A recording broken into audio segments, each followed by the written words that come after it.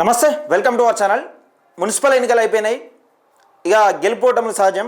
ఇక్కడ ఎంత విచిత్రంగా రాను రాను ఎన్నికలు తయారవుతూ ఉన్నామని అంటే కీలకంగా చూస్తూ ఉంటాం.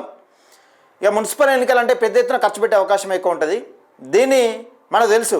సర్పంచ్ ఎన్నికలలో ఏం జరిగింది అనేది కీలకంగా మనం చూసినాం. ఈ మున్సిపల్ ఎన్నికలలో ఏ విధంగా జరిగింది, ఏం కథ జరిగింది, అసలు డబ్బులు పెట్టి ఓడిపోయిన అభ్యర్థుల పరిస్థితి ఎట్లా ఉందన్నది కీలకంగా ఒకసారి మీకు చూపించే ప్రయత్నం చేస్తా. దయచేసి ఈ వీడియోని ఎక్కువ మందికి షేర్ చేయండి, ఎక్కువ మందికి షేర్ చేసే ప్రయత్నం చేయండి. నిన్న శనార్థి తెలంగాణలో వచ్చిన కథనం ఒక్కసారి చూసుకునే ప్రయత్నం చేద్దాం. అయితే తిరిగి ఇచ్చేయండి, చీరడు డబ్బులు వెనక్కి ఇవ్వాలంటూ ఇంటి చుట్టూ అభ్యర్థులు, కాంగ్రెస్ బీజేపీ అభ్యర్థులు వింత వాదన. భువనగిరి, మూడుచింతలపల్లి, మంచిర్యాల మున్సిపాలిటీలోని ఘటనలు. బుక్కు పట్టుకొని లెక్కలు రాసుకుంటూ ఎవరు ఇవ్వమన్నారంటూ ఓటర్లు ఆగ్రహం. ఇక్కడ విషయం ఏంటంటే బుక్కు పట్టుకొని మరి లెక్కలు రాసుకుంటూ ఓడిపోయిన వాళ్ళు మొత్తం ఇచ్చేయాలి, మేము ఇచ్చినట్టు ఇచ్చేయాలి, మేము పంచినాయి మీరు తీసుకున్నాయి ఇచ్చేయాలి, మొత్తం వాపస్ ఇచ్చేయాలనే విధంగా బుక్కు పట్టుకొని మరీ తిరుగుతున్నారట. ఎన్నికలు ఎంత దారుణంగా తయారైనది ఒకసారి ప్రజలు కూడా ఆలోచించాలి. మనం ఓటేసేటప్పుడు ఎవరికి వేస్తున్నాం, ఎందుకు వేస్తున్నది కనీసం అవగాహన లేకుండా, అంటే ప్రజల తప్పు కూడా ఉన్నది ఇందులో. ప్రజల తప్పు కూడా ఉన్నది. ప్రజలు తప్పు చేయట్లేదని అంటలేదు. నాయకులు ఇష్టానుసారంగా డబ్బులు వస్తేనే ఓట్లు వేస్తారు అని ప్రజలకు అట్లా అలవాటు చేస్తున్నారు. ప్రజలు కూడా అట్లా తయారవుతున్నారు. అయితే ఇక్కడ మున్సిపల్ ఎన్నికల ప్రక్రియ దాదాపు తుది దశకు చేరుకున్నది. చైర్మన్లు, వైస్ చైర్మన్ల ఎంపికతో పాటు ఎంపికలు కంప్లీట్ అయిపోయింది. అయితే ఎన్నికల్లో ఓడిపోయిన అభ్యర్థులు ఓటర్లను షాకిస్తున్నారు. ఎన్నికల్లో గెలిచేందుకు కానుకలు, డబ్బులు పంచిన అభ్యర్థులు తాము ఓడిపోవడంతో పంచిన డబ్బు, కానుకలు వెనక్కి ఇవ్వాలంటూ ఓటర్ల ఇంటి చుట్టూ తిరగడం అని ఒక వార్త చూస్తున్నాం. అయితే ఒక్కోసారి చూద్దాం. మళ్ళొకసారి చర్చనీయాంశంగా మారుతుంది. బుధవారం భువనగిరి మున్సిపాలిటీలో కాంగ్రెస్ అభ్యర్థిని ఓటమి జీర్ణించుకోలేక అలసలు చేసింది. భువనగిరి పట్టణంలోని ఒకటో వార్డులో కాంగ్రెస్ అభ్యర్థి పలబోజు స్వరూపరాణి ఓటమి జీర్ణించుకోలేక పద్మశాలి కులస్తుల ఇండ్లపైన ఖాళీ బీర్ సీసాలతో దాడులకు పాల్పడింది.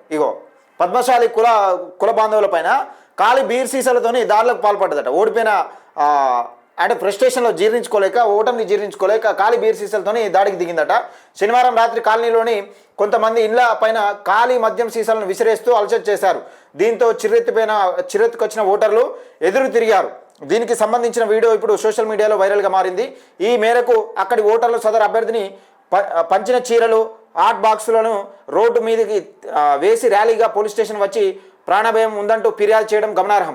మరోవైపు మేడ్చల్ జిల్లా మూడుచింతలపల్లి మున్సిపాలిటీ పరిధిలో 12వ వార్డులో బీఆర్ఎస్ అభ్యర్థిపైన కాంగ్రెస్ అభ్యర్థి ఎం జ్యోతి ఓడిపోయారు. దీంతో ఎన్నికల ముందు తాను ఇచ్చిన డబ్బులు, చీరలు తిరిగి ఇవ్వాలని కుటుంబ సభ్యులతో కలిసి ఇంటింటికి తిరిగి వసూలు చేస్తున్నారు.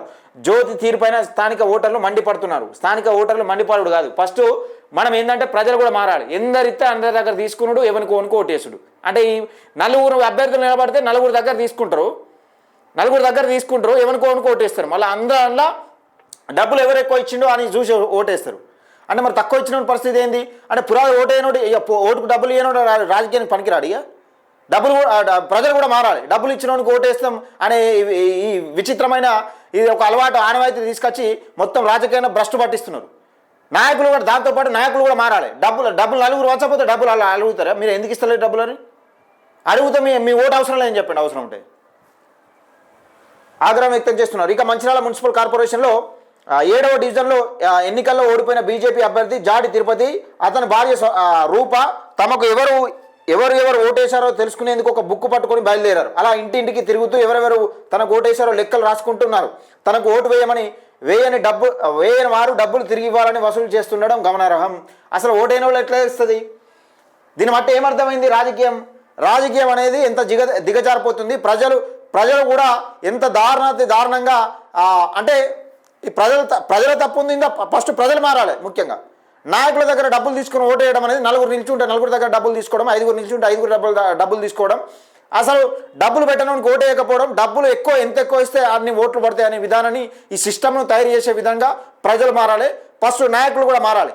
ప్రజాసేవ చేయాలి. ప్రజల సమస్యల గురించి కొట్లాడకుండా, ప్రజాసేవ గురించి మాట్లాడకుండా, ఎన్నికలు వచ్చినాయంటే డబ్బు వంటి గెలుస్తామనే ఈ దుర్బుద్ధి ఏదైతే ఉందో అది మార్చుకోవాలి. ఫస్ట్ అది మార్చుకుంటే రాజకీయంలో మార్పు వస్తుంది.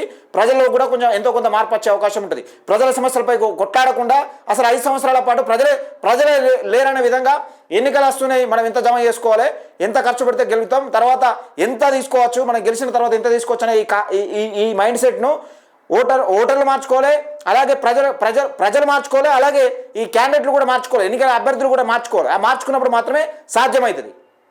దయచేసి మిత్రులారా ఈ వీడియోని ఎక్కువ మంది షేర్ చేయండి, లైక్ చేయండి, మన ఛానల్ని సబ్స్క్రైబ్ చేసుకోండి.